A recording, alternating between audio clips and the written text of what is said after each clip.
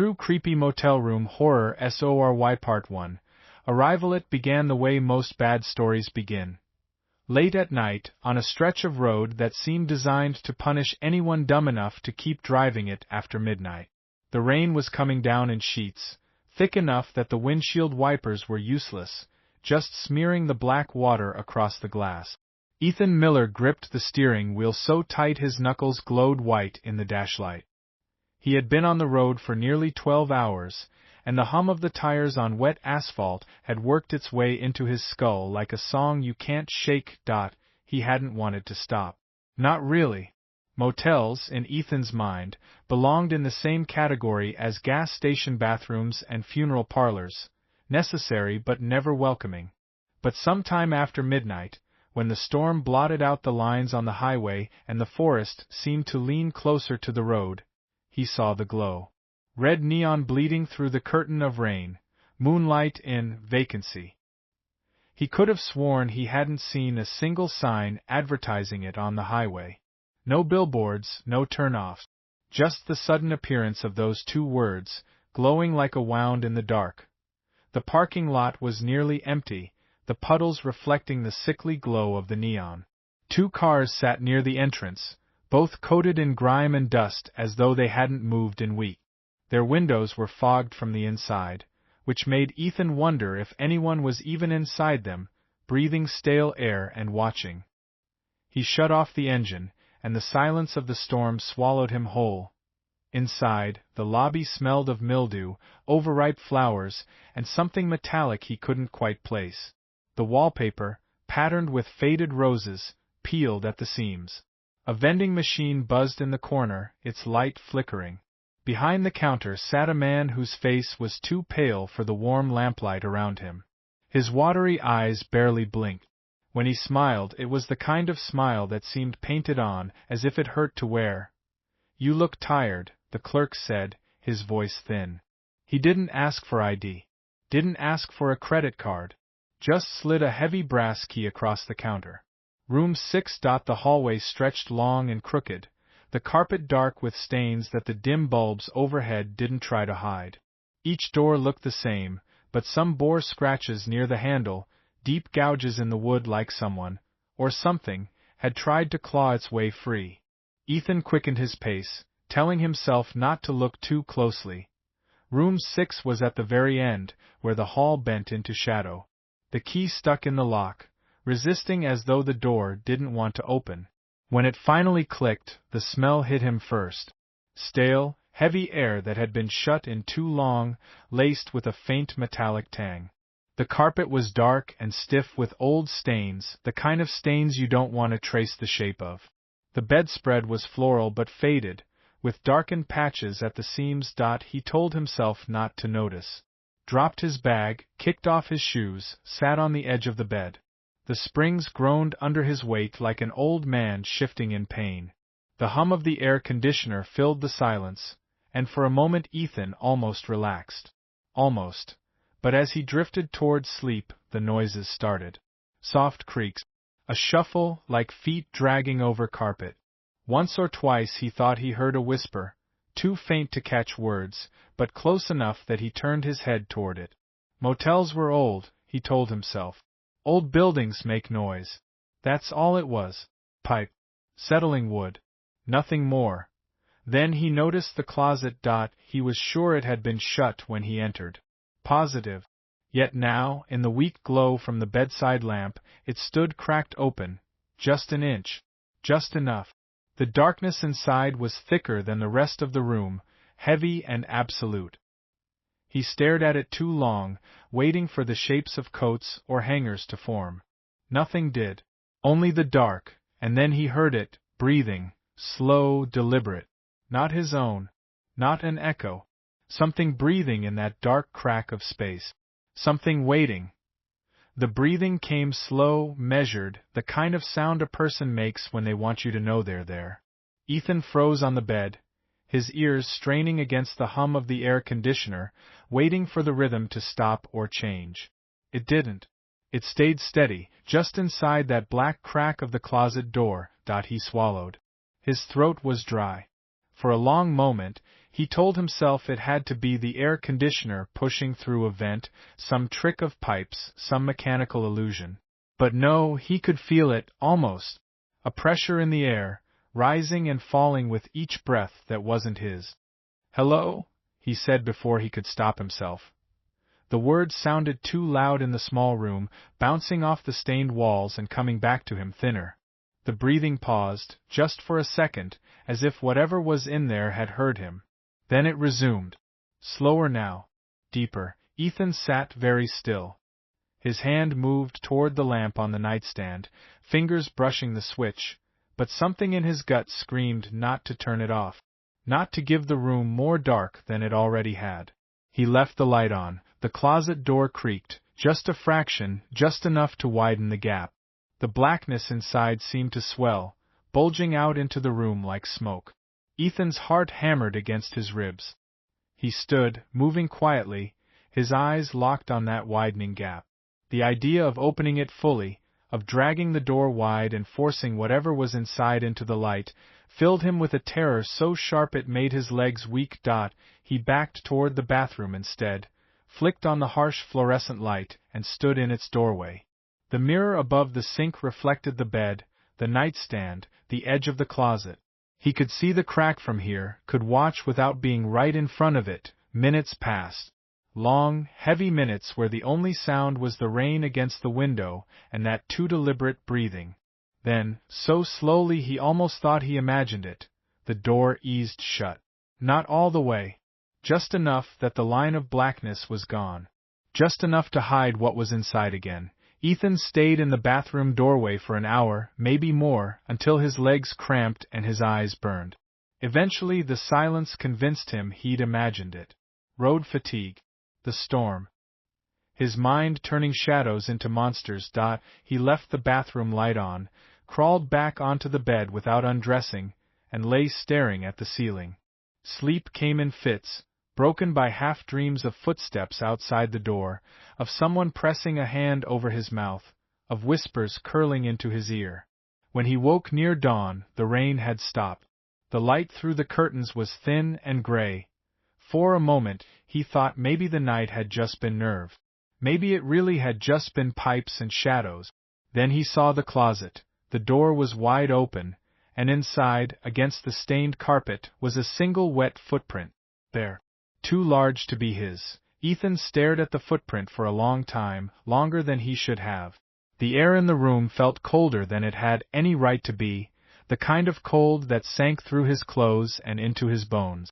The print glistened faintly, damp in the weak gray light seeping through the curtains. It looked fresh. Too fresh. He forced himself to move, crossing the room slowly, his eyes flicking from the closet to the bathroom door to the window. Locked. He was sure he'd locked it.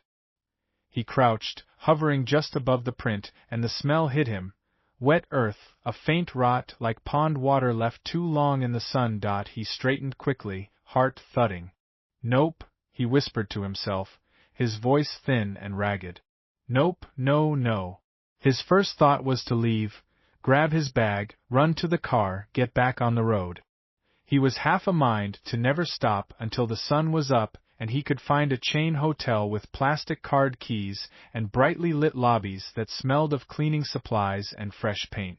But when he yanked the door open, bag in hand, the hallway outside stopped him cold. The carpet was soaked. Not damp. Soaked, squelching under his sneakers like a sponge. The air reeked of mildew and something sharper, chemical, like bleach. The lights overhead flickered weakly, buzzing in time with his pulse. And the hall was longer. Much longer. He could see it stretching out ahead of him, door after identical door receding into a distance that hadn't been there last night. He turned his head to the left. The lobby should have been right around the corner. Instead, the hall bent away into shadow. Ethan's stomach lurched. He stepped back into the room, shut the door, and locked it. His breath came fast, his chest heaving like he'd just run a mile. He pressed his back to the door and stared at the room, the bed, the nightstand, the closet. The footprint was still there, wet and shining in the dim light. His phone was on the nightstand. Dead. He could have sworn it had at least 30% battery when he'd pulled into the lot, but now the screen wouldn't even flicker when he held the button. He sat on the bed, hands gripping his knees so hard they ached. He told himself to think, to plan, to come up with something that made sense. But the silence pressed in, heavy and deliberate, as though the room itself was waiting for him to notice something else. It came when he finally forced his eyes away from the footprint. The mirror in the bathroom. He could see it from here, the angle catching just enough of the room. His reflection sat on the bed where he was, but there was something else in the glass. In the reflection, the closet door was wide open. The thing in the reflection didn't move. It just stood there, pale and still, as if it had been waiting all night for Ethan to notice it. He couldn't see its face, only the outline, a tall, thin shape, skin so white it almost glowed in the dim light. The closet in the real room was shut tight, but in the mirror, the door was yawning open, the figure inside watching him with patient silence. Ethan couldn't breathe. His body told him to look away, to stop staring into the mirror before the thing decided to step out of it. But he couldn't. His gaze was locked, and the longer he looked, the more wrong it became. Its shoulders were hunched at an unnatural angle. Its arms were too long, dangling almost to its knees. And it swayed, barely, like a man hanging from a rope. He lurched up from the bed, knocking the nightstand. The lamp wobbled but stayed upright. He stumbled into the bathroom, his eyes glued to the mirror. Empty. The closet door was shut. His own reflection stared back at him, pale and sweating. He leaned on the sink, gripping the edges until his knuckles went white. "You're tired," he whispered. "That's all. Long drive, bad weather. You're tired, and you're seeing things." But when he looked down, the basin was filled with water. Dark water, rippling as if something had just sunk beneath the surface. He hadn't turned the tap on. He hadn't touched anything. Slowly, his hand lifted, reaching for the drain. A hand shot up from the water, gray and bloated, grabbing his wrist. Ethan screamed, stumbling backward. The water was gone. The sink was bone dry. His reflection stared back at him, wide-eyed and terrified, his wrist bare. No mark, no handprint. Nothing. The knock came then. 3 sharp raps at the door. He froze. The sound echoed through the small room, too loud for how thin the door looked. He waited. Another knock. Slower this time. His voice shook. "Who's there?" Silence. Then, faintly, a reply. "Room service." The voice was wrong. Too deep, like it had been dragged through gravel. Ethan's stomach twisted. He hadn't called for room service. The motel hadn't even offered it. He backed away from the door, each step careful, his eyes locked on the handle. The metal shivered, rattling against the wood as if something was testing it, pushing gently. "Go away," Ethan whispered. The rattling stopped. Silence fell again, heavy and waiting. For a moment, he thought maybe it had gone. Then came the scraping sound. Slow, steady. Metal dragging across wood, moving from the door to the wall, then along the floorboards, inching closer to the bed. The sound stopped just below the closet. Ethan stared at it, chest heaving, every muscle in his body screaming to run. But where? Out into the impossible hallway? Into the storm? He backed toward the window, tugged the curtain aside. His stomach dropped. There was nothing outside. No parking lot, no neon sign, no trees. Just black water stretching forever, rippling like an endless lake under a moonless sky. And in the glass of the window, reflected faintly, the closet door behind him was wide open.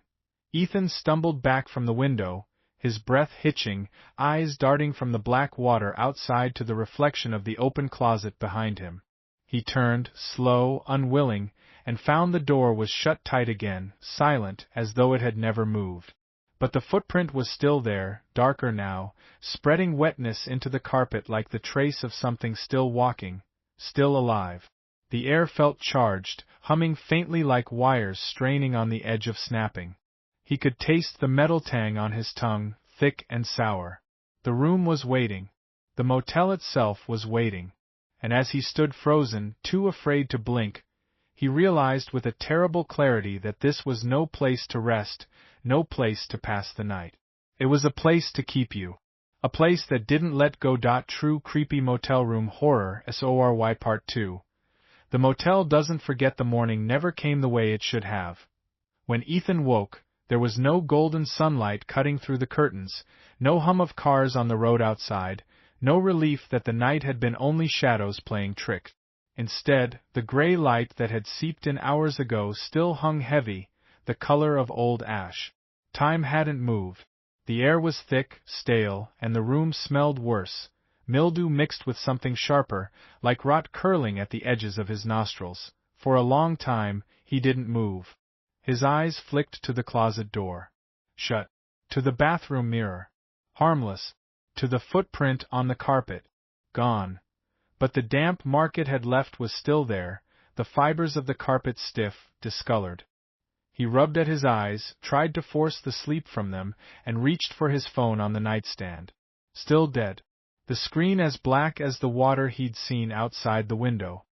A knock shattered the silence.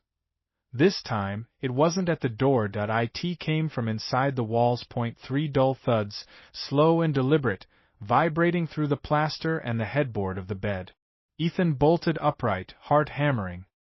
He pressed his palm flat against the wall. Cold. The knocks came again, softer now, as if whatever was on the other side knew he was listening. He pulled back, chest heaving, and the phone rang. It shouldn't have. It was dead. He hadn't seen a phone in the room when he checked in. But now, on the nightstand, sat a rotary phone, beige plastic gone yellow with age, the cord coiled tight. It rang again, a sound too loud for the small space, the bell sharp and insistent. Ethan stared at it. He thought about leaving it, about letting it ring until it stopped, but the sound pressed into his skull, each shrill tone carving deeper. His hand shook as he picked up the receiver. Hello? Static at first.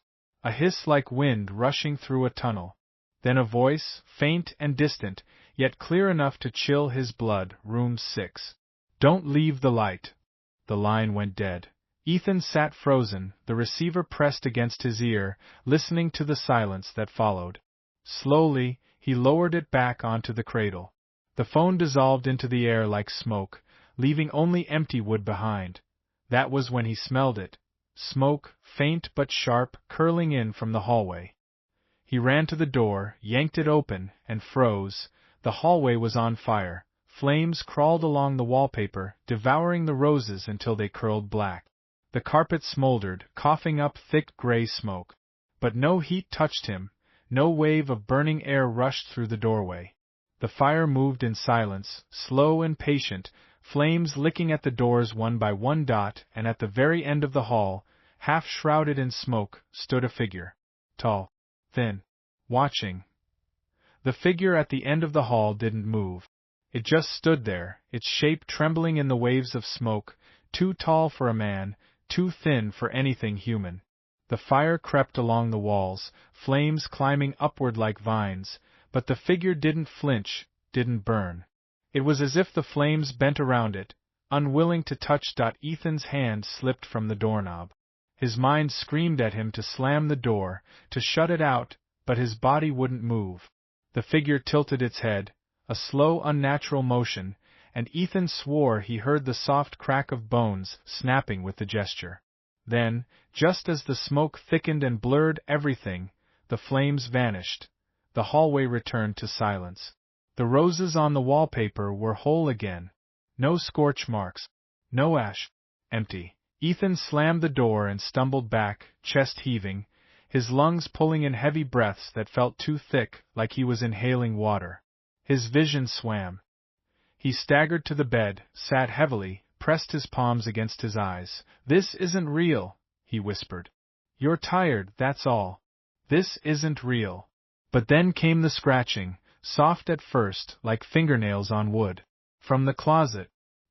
He snapped his head up, staring at the door.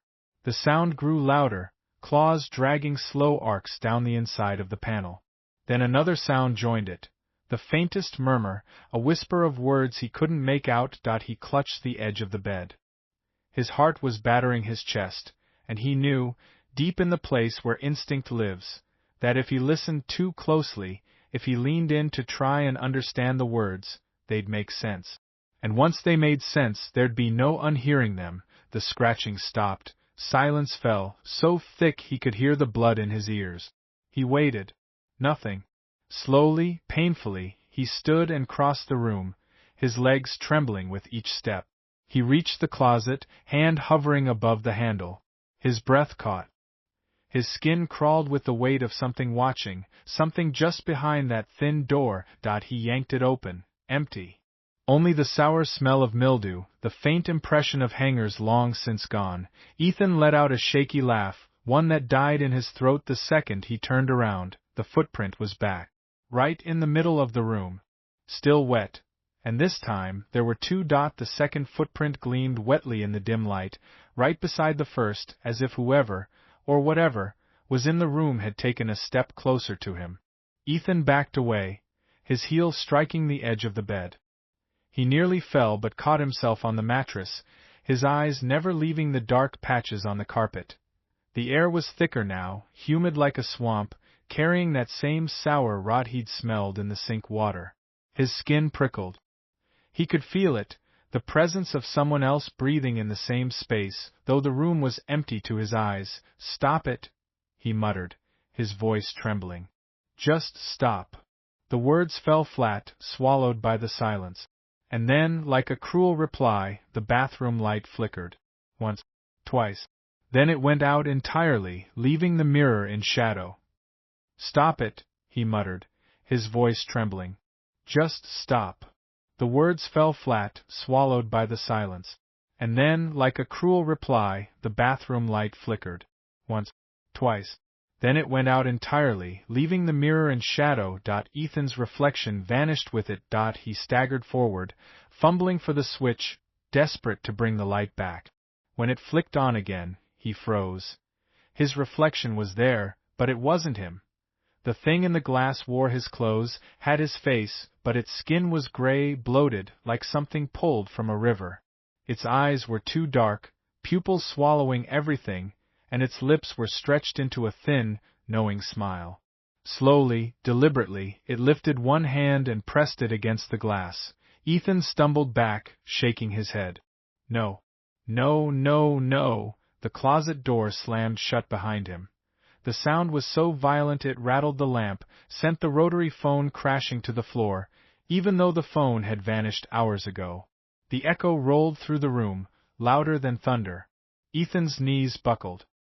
He clutched the nightstand to keep himself upright.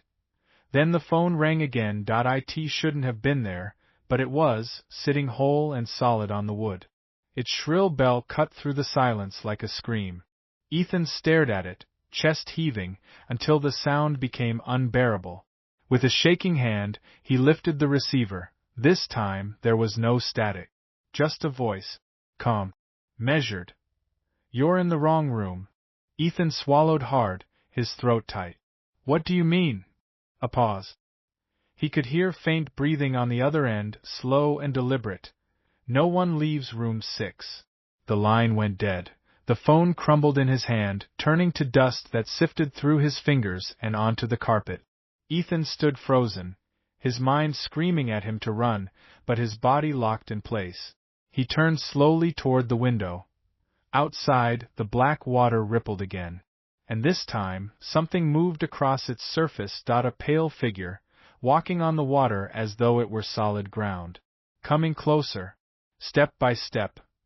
The figure walked across the black water with an agonizing slowness, each step leaving ripples that spread out but never faded. Ethan's breath caught as he realized the ripples were reaching the glass, lapping faintly against the windowpane like waves against a shore. The figure was closer now, tall, impossibly thin, its arms dangling low, its head cocked at a sharp, unnatural angle. "No," Ethan whispered, shaking his head, stumbling backward. "This isn't real. This isn't real." The figure stopped. Though its face was nothing but blur and shadow, he felt it smile. Not with lips, not with teeth, but with something deeper, a recognition that chilled his blood. Then it raised one long arm, and its finger pointed at him. The window shattered. Not outward, but inward. Glass flew across the room, cutting the air, slicing into the sheets, the carpet, his arm. Ethan cried out, clutching his skin, but when he looked, there was no blood. No wound. Just the sting of something colder than ice. The air rushed out of the room, as though the black water outside had sucked all breath away.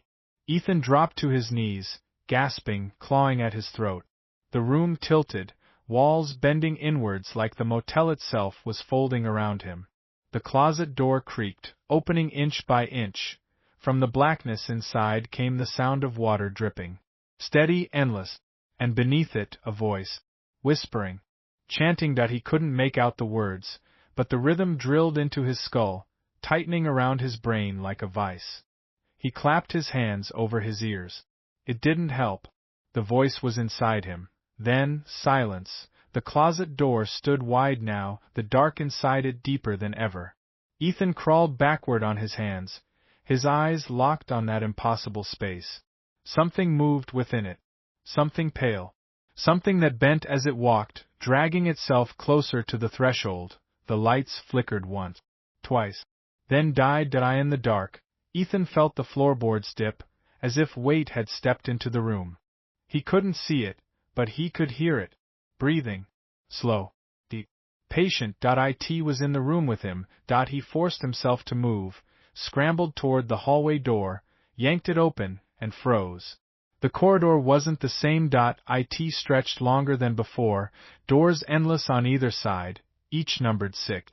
The same brass plate, the same scratches around the handles, repeating into infinity. Every door hummed faintly, vibrating with a low, steady sound like someone pounding from the inside, begging to be let out. Ethan turned to shut the door behind him, but the room was gone. Only another door marked 6.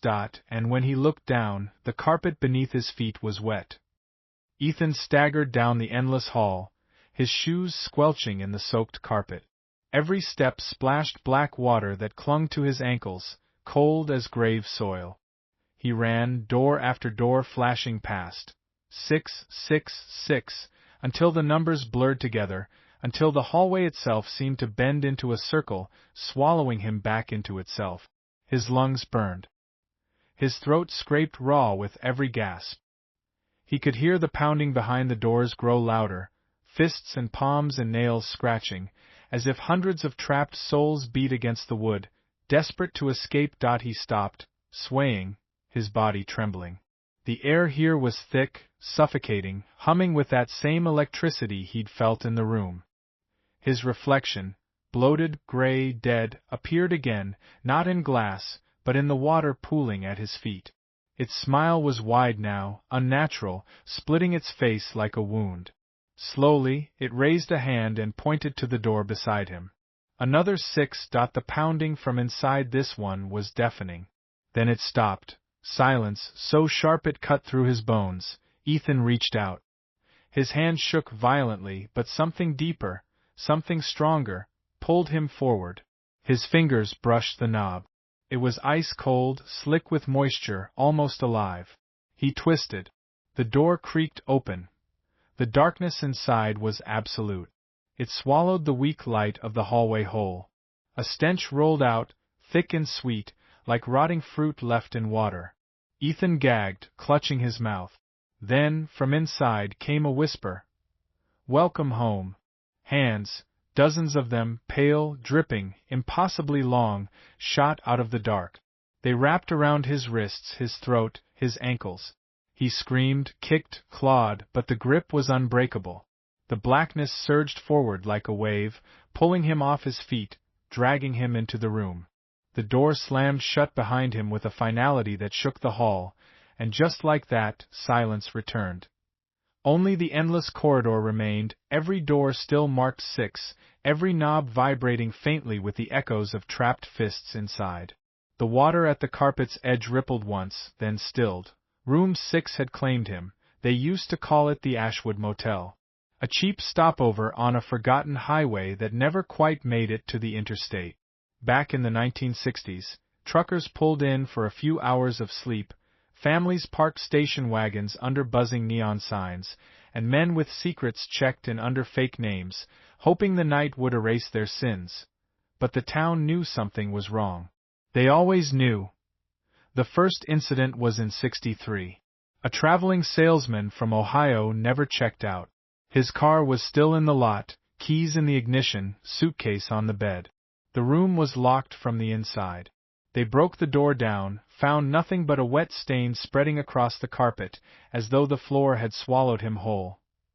Then, a year later, a young couple from Illinois. The clerk swore he gave them the key to room 4, but the next morning their belongings were gone. When the manager checked the logbook, the number had been altered in smeared ink. Not 4. 6. Always 6. By the 1970s, the motel had a reputation. Folks whispered it was cursed. People vanished, but always from the same room. The owners changed locks, renumbered doors, even bricked one shut. Didn't matter. Room 6 came back, over and over, like a sore that refused to heal. Locals stopped going near the place after dark. Truckers passed it by, no matter how tired. The neon sign still buzzed, half the letters dead, spelling only ASHWO. As if the motel itself was burning slowly to cinders, letter by letter. Then came the fire in '79. They said it started in the laundry, spread fast, ate through the wood like dry kindling. But when the smoke cleared, room 6 still stood. Blackened walls, roof half gone, but the door unscathed, the number plate gleaming through the ash. The owners rebuilt. They always rebuilt. And still, the disappearances never stopped. By the late '80s, the highway department built a new bypass. Ashwood Motel sat abandoned, the weeds crawling up its walls, its sign dark, its windows blind. Some said it was gone for good. But they were wrong, because 30 years later, travelers still find it. Out of nowhere. When the road is empty and the night feels too long, when the GPS cuts out and the radio turns to static, the Ashwood sign flickers to life. Vacancy. The desk clerk is always there. No one remembers his name. Pale, polite, wearing a smile too wide. He'll hand you a key, always to the same room. Room 6. And once you step inside, the motel has you. Somewhere deep in the motel's bones, beyond the charred studs and peeling wallpaper, something shifted. A sound like breath moving through hollow pipes, like lungs that had never stopped inhaling. The Ashwood Motel wasn't just cursed. It wasn't just haunted. It was alive. Every disappearance, every scream swallowed by those walls, had been nothing more than feeding time. And now, after decades of silence, it was.